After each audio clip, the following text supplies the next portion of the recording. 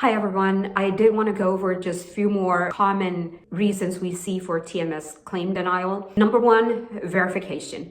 So we see a lot of clinics, what they tend to do is they initially verify the patient coverage, they get the authorization, scan it in, and that's the end of that. What happens in a lot of cases, we start to see claim denials maybe halfway in. The reason being patient has either changed insurance plan or has totally transitioned out to a new insurance, or has made the primary insurance secondary and has a new insurance as primary. So it is really important, even though you have done your initial verification and you have authorization on file, you will need to verify patient's coverage, patient's insurance before every TMS treatment visit. It's really important. We have seen a lot of denials because patient has changed plans a few sessions in or several sessions in, and then we find out that the insurance that's primary now does require authorization, and the authorization was not taken by the office. So verification of coverage before every session is very important.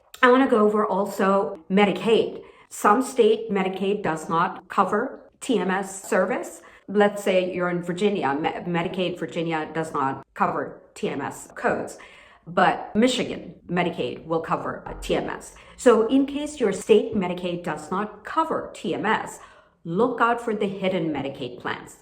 What I mean by hidden Medicaid plans, once your state Medicaid has the ruling of non-coverage, what about the Medicaid plans under commercial insurances? You have Aetna Better Health, you have United Healthcare Community Plan, you have Anthem Health Keepers Plus, many other insurances that are under the guise of commercial insurance, and your patient coordinator will see a commercial card and think that TMS is covered and then appoint the patient for TMS. I will tell you what I faced recently. One of the TMS clinics that we work with, we verified the patient and we saw that the patient has United Healthcare, but United Healthcare Medicaid plan.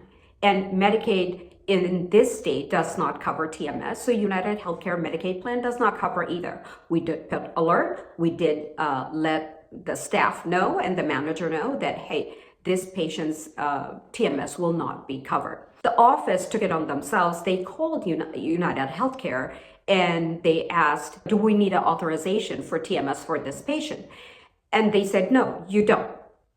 But the reason they said you don't need an authorization for TMS for this United Healthcare Medicaid patient is because they don't cover the code. They don't cover the service. So if they don't cover the service, the simple answer representative is going to give you, no, you don't need an authorization. And so office went ahead, did start the TMS anyway, and claims were getting rejected. They gave us the call reference number, and they were told authorization is not required.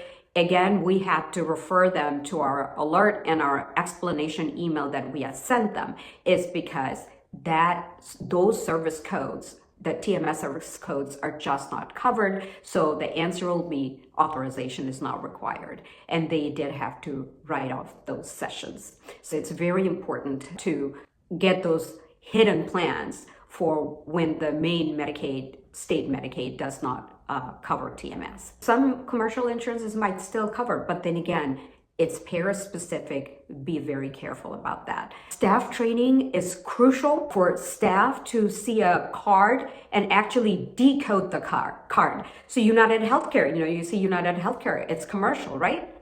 But United Healthcare Community Plan or Aetna Better Health. So your staff needs to be trained to look at a card and know what kind of plan that is.